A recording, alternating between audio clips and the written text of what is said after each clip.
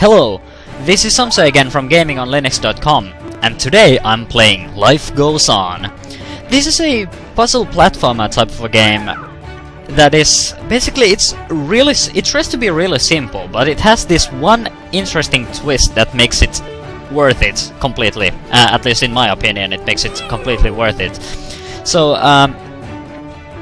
let's just start playing, and of course, because this is a puzzle platformer type of a game, there are going to be spoilers from the very first levels. Of course, those levels are not really difficult, so you're probably going to be quite capable of playing through them, but I'm just giving you a warning in case you are as bad at platformers as I am.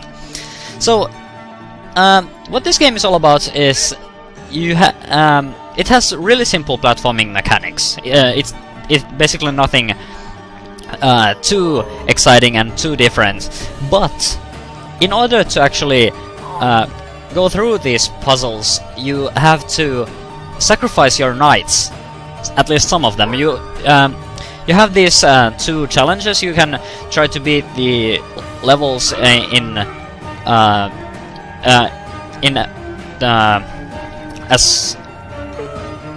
small amount of time as possible, or you can try to win the map without losing too many knights. So, I had a bit of trouble explaining that here, but yeah. So let's just jump in, and I will show you what that means in practice. So there goes our first knight, but we haven't lost the map yet. We can always just spawn new knights, and the idea is that you actually try to complete these maps by losing the least amount of knights as possible. You don't, as far as I know, there aren't any limits, so you can basically kill as many of these knights as you want. Of course, you can probably already see that this game fits me quite well because I suck at platformers. So, because we lost only 2 knights there, we got an efficiency bonus, and we were also quite fast. So every time you finish one of these levels, you get rated based on the amount of knights you have lost and based on the time that you have spent while doing that puzzle. So these puzzles aren't exactly, you know, really difficult. You have buttons, you have some obstacles and stuff like that. For example, here we have this button, and that opens the gate. I can probably just walk through there because I'm fast enough, but in this case I can't, because when I try to run from here to there, it's not going to happen. So I have to do something else.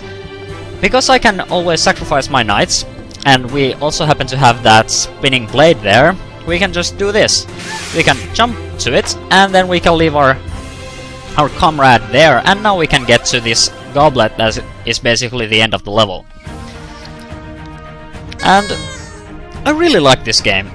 The graphics are excellent, and the gameplay is fun, even though it's really simple. I just like it. It's simple, it's fun, and the puzzles are not exactly, well, they aren't all that difficult. For example, here we have this one button that opens this place and also closes that. So for example, here we can't actually go back and get to the goblet. So what we can do is we can just jump off the cliff. Excellent. So now we can just jump here and get to the goblet, and we're done with this level. It's really as simple as that. But it's interesting because it makes the failing actually... It's not pointless to fail these things. You can... It's basically part of the game to lose. Well, sort of lose. You... as far as I know, you can't really lose, so you can just, you know, suck. You can always, you know, use a lot of... Oops, that was a fail. You can always use a lot of knights, but there don't seem to be any limits as to how many knights you can sacrifice in every map. So you can basically just try again as long as you have to, and eventually you will probably get the map done. In this case, we can basically just grab onto the knights, and then we can get to the goblets. And because I have played these levels a few times, I am pretty good at them. At first I did quite badly at these. I didn't really get any of these challenges done. But these first puzzles aren't all that well, difficult. For example, here we have this flamethrower, and that's going to stop us from going there. Also, these flamethrowers have this kind of thing. So when you jump on those, the body is not actually left there. So getting killed from those flamethrowers is basically just... It's not going to get you anything. It's just going to be, you know... It's going to be a fail. So you have to avoid that. Maybe some of the puzzles require you to get killed from those to get rid of bodies, but so far they are basically just a bad thing. So because I have my fallen comrade here, we can just jump over him when that blade goes, and now we can reach that goblet. So the idea is that you sacrifice a small amount of these knights as possible, but it's not really required.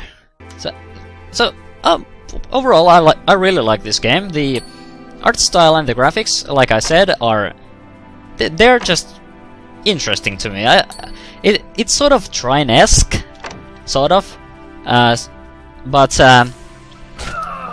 well, not quite. Trine is a bit more. Oops, I didn't mean to do that. Trine is a bit more.